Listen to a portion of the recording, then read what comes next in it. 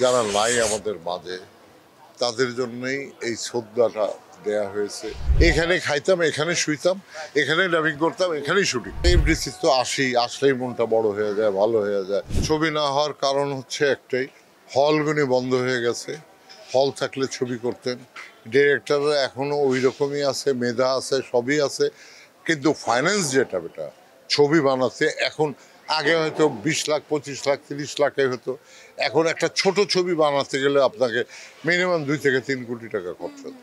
তো যে লগ্নি করবে প্রডিউসার, ওনারা যদি টাকার সিকিউরিটি না পায়, আপনাকে সিকিউরিটি দিতে হবে। ইটস এ বিজনেস, তাই না? ইটস এ কমপ্লিটলি বিজনেস, এটা অন্য কিছু না। বিজনেসের মাধ্যমে টাকার ইনভেস্ট করে একটি গল্প বলা হয় যেটা সমাজের উপকার হয়, কিন্তু মেন যদি আপনি ধরেন এটা ব্যবসা। আমার যাদের অ্যাবিলিটি আছে বাইরের থেকে টাকা আনা, ওনারাই ছবি বানাচ্ছে শাকিব খানকে নিয়ে, টাকাটা আসতেছে। আর আমাদের যে প্রডিউসার, এনারা তো রেগুলার সব প্রডিউসার তো শাকিব খান এনে ছবি বানায় না। আগে হতো কি, আগে এক ছবি হিরো ছিল রুবেল ভাই, একটা ছিল কাঞ্চন ভাই, একটা ছবি হিরো ছিলেন, কত হিরো ছিল, মান্না, এই আর কি। আগে আমরা সকালে ঢুকতাম, ঠিক আছে, রাতে 2টা 3টা 4টার সময় বাসায় যেতাম, আবার সকালে শুটিং ছিল, বাসায় গিয়ে জাস্ট ওয়াশরুমে যেতাম, ফ্রেশ হয়ে এখানে আসতাম। বসুন্ধরা টিস্যু, অশুদ্ধতার বিরুদ্ধে এক বিন্দুও ছাড় নয়। এখানে খাইতাম, এখানে শুইতাম, এখানে ডাবিং করতাম, এখানেই শুটিং করতাম। এখানে মেনলি রাতে যে থাকতাম শোয়ার জন্য তো না, কাজ এত ছবি, মনে করেন ছবি হচ্ছে আপনার 100-150, আপনি কতটা করবেন? 50-60টা করার পর, যেমন আমি একবার 75 মুভিতে অ্যাক্টিং করছিলাম এক বছরে, অসুস্থ হয়ে গেছিলাম, পরে ট্রিটমেন্ট করাইতে।